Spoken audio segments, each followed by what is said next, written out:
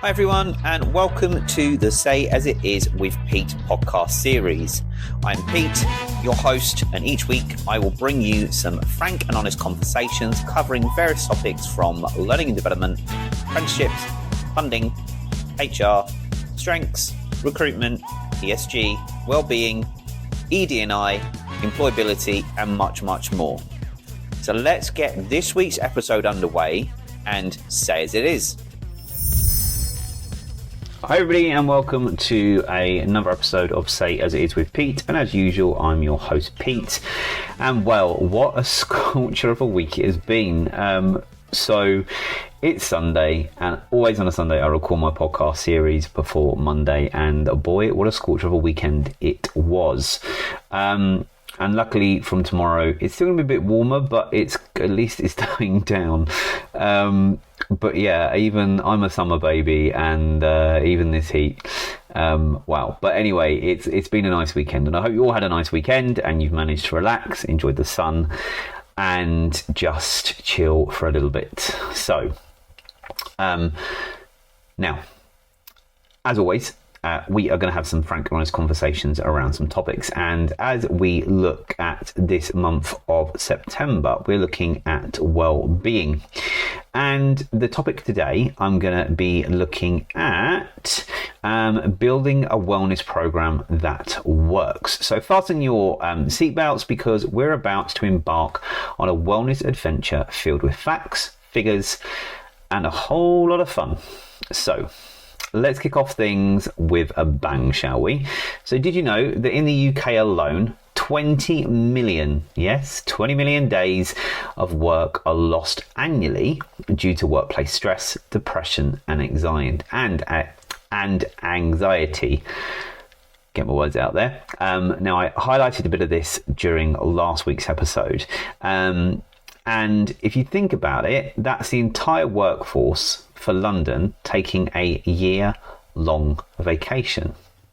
So why should we care about wellness programs? Well, as I said in my last episode, for every £1 spent on employee well-being, there's an average return of £4.20. That's right, an average return of £4.20 per employee.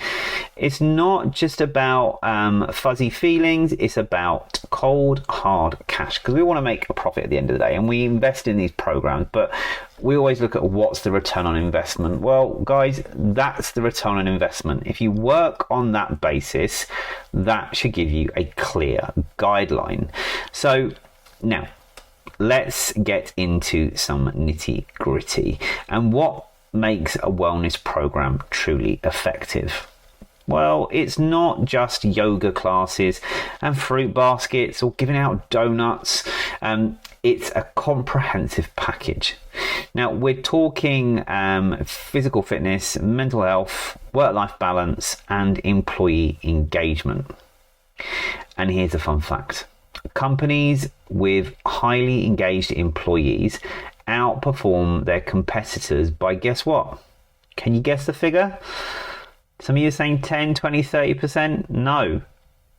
Surprisingly enough, it's 147%. That's right. So all those companies that are engaged in well-being and employee satisfaction and making sure the employees are happy, they're feeling that they've got their mental health sorted, they're looking after their physical fitness, their work-life balance, having that engagement, as I said, gives them a output of about 147% compared to their competitors or other companies. That's a massive, massive figure. Now, that's a number that should make every CEO perk up their ears. And if you're not, wakey wakey, smell the coffee, because I'm about to go and make one. Anyway, gang, listen, it's not all sunshine and rainbows. Challenges are part of the game. Limited budgets, resistance to change, and the occasional grumbling from the peanut gallery. However, did you know that organizations that prioritize employee well-being have a 63% greater chance of being a top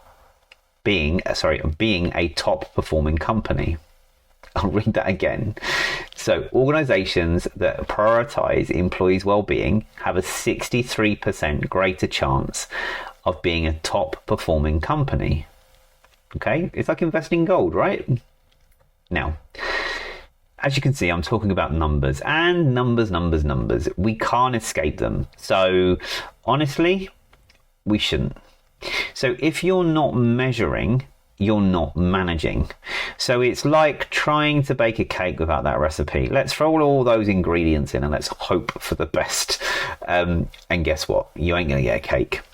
Nowhere near a cake. But if you get the right numbers, you can have the most amazing and perfect cakes ever. So here's a number for you, 80%. Now, again, that number for you is 80%. And there's a reason why. That's the percentage of employees who believe their well-being program positively impacts their job performance. So the proof is in the pudding, my friends. That's a staggering number, 80%. So if you can get 80% of your employees who believe in their well-being program has a positive impact on their job performance in your business, you're onto a winner, right? No S Sherlock, no beep beep beep beep Sherlock. I think you know what I mean. Or we can say no shit Sherlock. We get it, right? So, and I don't have a bleeper anyway, so hey ho, I'll have to mark this episode with a little bit of explicit content. But anyway, let's not forget the individuals out there. And you individuals, I've got your back too. So these are guys that are working on their own, right? So building your own wellness program might seem like a solo gig, but it's a journey worth taking. So did you know that just 10 minutes of physical activity can boost your mood for up to 2 hours? So take a short walk, do a quick workout, and keep those endorphins flowing. So sometimes, like we all work from home during the pandemic, and if you think, working from home was, there's mixed views on working from home, and there still is, as everybody's being called back to the office. But anyway, working from home during the pandemic was the only way that we could work, and it was very productive. And a lot of employers found that those employees that work from home were more productive because they were able to start a little bit earlier, they were able to take a little bit longer for lunch, go for walks, and be more productive in their mood. From going for a 20-30 minute walk to go get a coffee, come back, they were more productive. So there are some benefits, but yeah, get yourself out, do some physical activity, do something, take a break for 5-10 minutes. On your lunch break, half hour for lunch, half hour walk, you feel a lot better. Now, we've reached a point that I love, and that is the listener questions, or the listener corner. Now, I just want to say I'm loving you guys who are dropping me an email at pete@creativemind.zone and dropping me some questions about well-being and other things and other episodes that I do. So thank you for reaching out to me. So one of our awesome listeners asked me a question, and that question was, Pete, what's your go-to stress buster? Well, I'll tell you, laughter.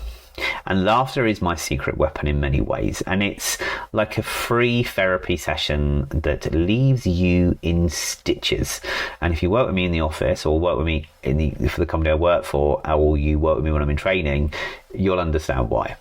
I'm always laughing. You have to. You can't let things get to you. Life is too short, and I know that myself. But also, one of my personal ones, or my personal stress busters, is, you may see this a little bit weird, and you may see from my pictures and stuff on Instagram, if you follow me on Instagram or Facebook, or you have the privilege to follow me on those, I actually go on a graveyard walk around Brompton Cemetery, which is just down the road from me, and then I go for a coffee in Starbucks. And this is my stress buster. And it works for me, and it can work for individuals as well. And you probably think, Pete, a cemetery, what the hell are you doing in a cemetery? Bit morbid. It's not. Brompton Cemetery, a little bit of history on 101 here. Brompton Cemetery is one of the oldest cemeteries in London. It's about 150 plus years old. It was built or created in the 1840s. It's still a active graveyard. with catacombs and all sorts, but it's a royal park, or it's classified as a royal park, and it's 40 acres. They call it the Sleeping Garden, but it's a chance where it's peaceful, it's quiet, I can walk around. There's a nice coffee shop in there, believe it or not, and they serve some nice coffee and cakes, and some good sandwiches. But I go for a walk around there if I get home in time and it's still open, because it closes due to sunset and stuff. But if it's still open, I'll go for a walk and de-stress, because that kind of resets me. But always on a Saturday and Sunday, that's my stress buster. No matter how much of a crap week I've had, and had everything thrown at me, I take myself off in the morning and go for a slow, long walk, with or without a cup of coffee. Tend on without. And then once I've done that walk, which takes about an hour and a half, I then go to Starbucks just around the corner, and I grab a coffee and get all my ideas and thoughts out. And that's when I sit and write my LinkedIn, posts and stuff, and it just clears my mind and resets me. So yeah, walks and coffee are my stress busters. But also, do not take things personally. Take feedback on and listen to people and let them say what they need to say, and then respond accordingly. Don't get too emotional. And I know emotional control is one of my strengths, or my bubbling unders, I think it is. But I have to learn how not to put it into overdrive. And there are sometimes it does go into overdrive. So I have to learn how to control that. But one of the things I will say is, don't let your emotions get to you. It's just a job. People will have their views and opinions, and let them have them. Make sure you cover your ass in your emails and you follow up on things. But also just realize you're only seeing these people 8 hours a day. You don't have to go to home with them. You don't have to socialize with them. So it doesn't matter. And whatever you don't get finished today is always tomorrow.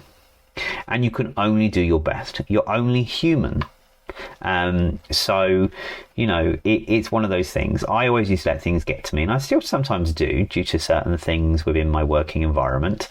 But I need to remember, like I do in life, it doesn't matter what life throws at you, it's still another day.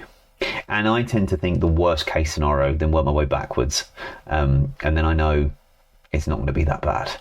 But don't get stressed. I know that's an easy thing to say, but think the worst and work your way back. And remember, it's not the end of the world.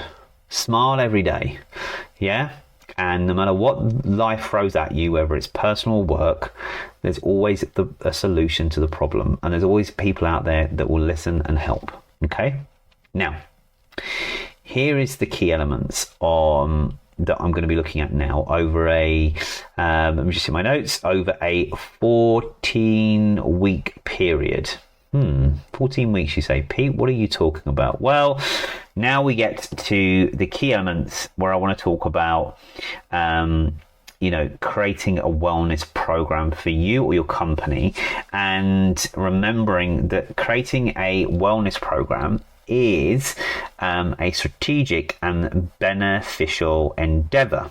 So I'm going to talk a little bit about a roadmap to guide you through the process. But what I'm also going to do is I'm going to put this in a PDF format and post it out later this week in a nice format for you, so you can download it and also refer to it. But I'm going to briefly go over it. So just buckle up and listen in. So grab your coffee, have a sip of it, and get ready. So between weeks 1 and 2, what you want to do is you want to define your objectives and goals. So identify your why. So you need to determine why you want to implement a wellness program. So is it to improve employee health, reduce absences, boost morale, or increase productivity? So you need to be clear on what your objectives are. Then set specific goals. So establish those measurable goals. Remember, they've got to be smart. Okay. So for example, you might aim to reduce sick days by 20% within the first year, or increase participation in wellness activities by 30%. So you want to get those two sorted first. You want to get, identify why you're doing it, and then set your specific goals. Now, between weeks 3 and 4, you want to get your leadership buy-in. So engage with your leadership team. So present your wellness program proposal to your top executives or your SLTs and your department heads. explain the benefits, and align it with the company's missions and values. Then secure your budget. So ensure that you have the necessary financial resources to support the program. Highlight its potential, highlight the ROI in terms of increased productivity and reduced healthcare costs. So like I said, for every £1, you get £4. What did I say? You get £4.20 back. So just, remember that one, and use that as an example for securing a budget. Now, between weeks 5 and 6, you want to be doing a needs assessment. So do an employee survey. So conduct a survey or hold a focus group discussions to understand the specific wellness needs and preferences of your workforce. So this will help you tailor the program effectively, because what you want to do is make sure that you've got the right programs and not waste money, because a lot of organizations buy things thinking, this is going to be amazing, but then actually when you look at it after a year or 2 years or 3 years when you're renewing the contract, and normally it's a 3-year renewal, you're then realizing that in the 3 years you've wasted money because no one has used it. But then you also want to analyze existing data. So review existing health data such as healthcare claims or sick level records to identify trends and areas that need improvement. And if you've done a recent employee satisfaction survey and you've asked questions about well-being in there, look at those responses as well. Now, when you get to week 7 to 10, what you want to do is look at your program design. So you want to define program components. So then, based on your needs assessment, you want to outline the key components to your wellness program. So this might include physical fitness, mental health, nutrition, stress management, and a work-life balance, and lots more.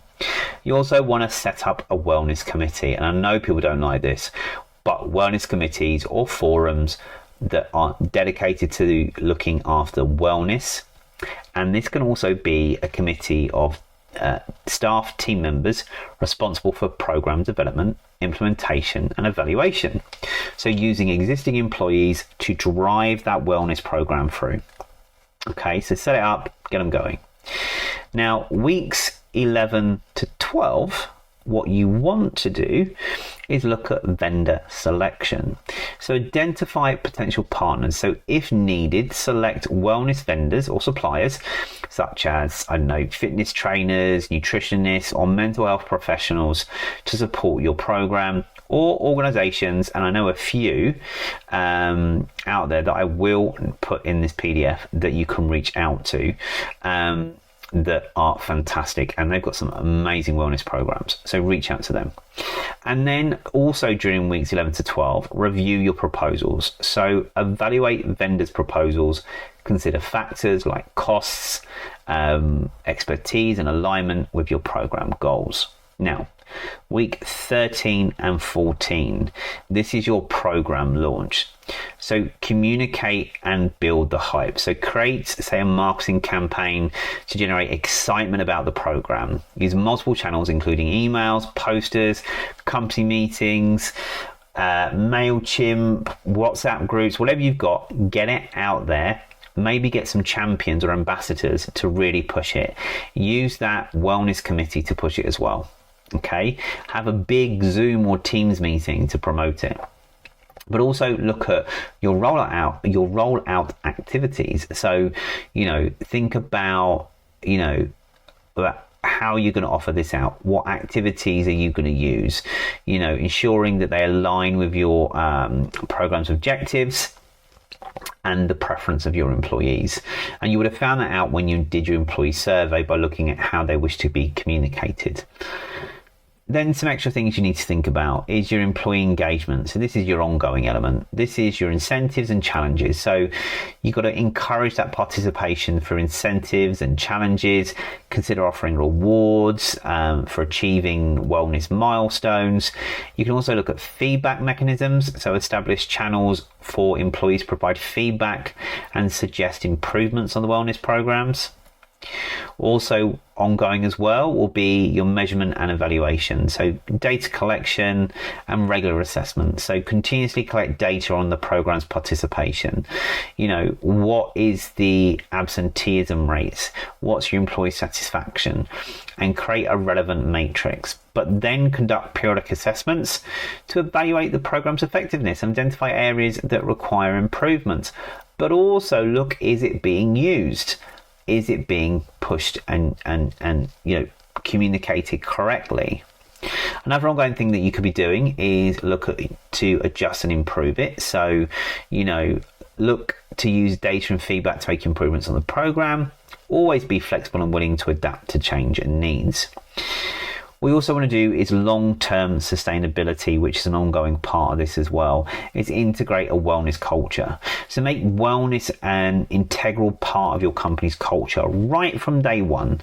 Encourage healthy habits and provide ongoing support. For example, in my organization, I do what we call a Wellness Wednesday, and I send out some wellness tips and advice and guidance every Wednesday to all our hotels that I work alongside, which they then share with their teams. And I see them all the time. When I go to hotels to train, I see all my Wellness Wednesday ideas up on the board and being shared, which is amazing.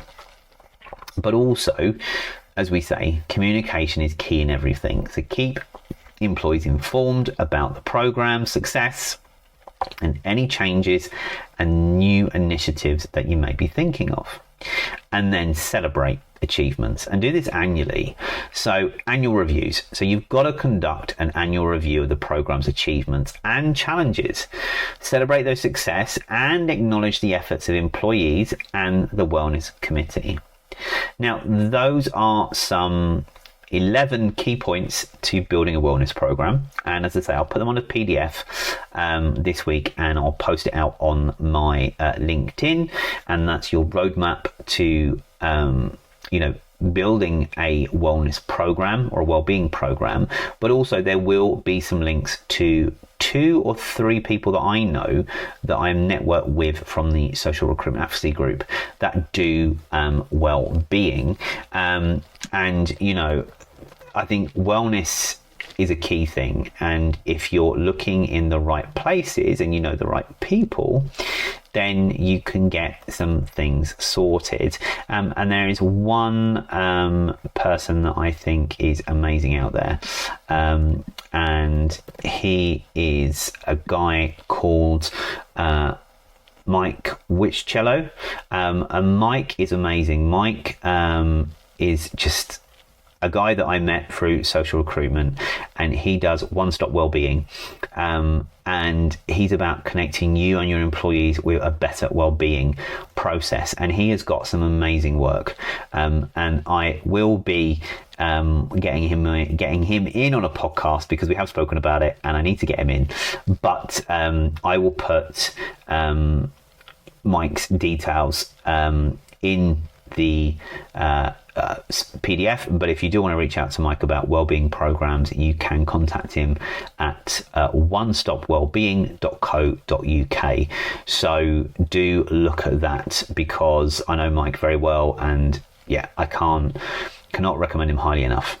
But anyway, now, as I was saying, by following this roadmap, you can create a wellness program that aligns with your company's goals, engages employees, and leads to a healthier and more productive workforce. Now, remember that wellness is an ongoing journey. It's not an overnight thing, and regular evaluation and adaptation are key to its long-term success. And remember, you can't be a wellness guru overnight, no matter how much you use Google and research in a very short period of time. It's not going to happen. It takes time. It's a journey. Now, gang, listen, we're going to be closing the curtains on this episode, and I hope this has been another enlightening episode for you about building a wellness program that works. And it's not just about numbers and facts. It's about creating a better, happier, and healthier world. So go out there, be the change, and remember, wellness is a key to unlocking your full potential. So before we part, please don't forget, you can hit the subscribe button You can share this podcast with anybody in your team or anybody you think might be interested in this podcast. Leave us a review. Send me your questions for future episodes. Your support keeps me going and keeps me creating these episodes. So thank you very much. And I can't wait for the next episode in our wellness schedule. That will be about supporting mental health in the workplace next week. But again, as I say, subscribe, like, share, follow, comment. You can always listen back to this podcast on rss.com, Apple, Spotify, Amazon, wherever you get your podcasts from. And remember, although this week is going to be a hot week or a semi-hot week, please stay hydrated, please laugh, please love, and remember, don't get stressed. It's not the end of the world yet anyway, but just enjoy your life, and remember, take 5 to 10 minutes out when needed. Take a breather, relax, go for a walk, and remember, you're the person that counts in this, and your well-being is key. Have an amazing week, and catch you on next week's episode.